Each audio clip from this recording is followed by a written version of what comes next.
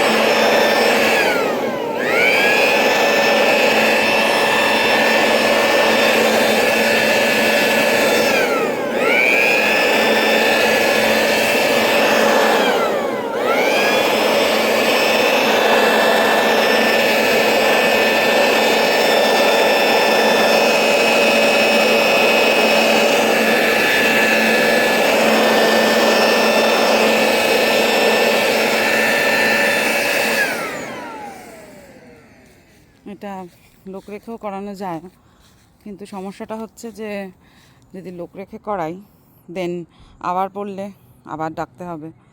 আর পেছনে যেহেতু জঙ্গল, জানি না দেখা যাচ্ছে কি না, এটা বাড়ির পেছনে পুরো জঙ্গল, সেই জন্য পাতা পড়তেই থাকে, চারিদিকে জঙ্গল, এখানে জঙ্গল এদিকে জঙ্গল, সেই জন্য আমি করছি একটু।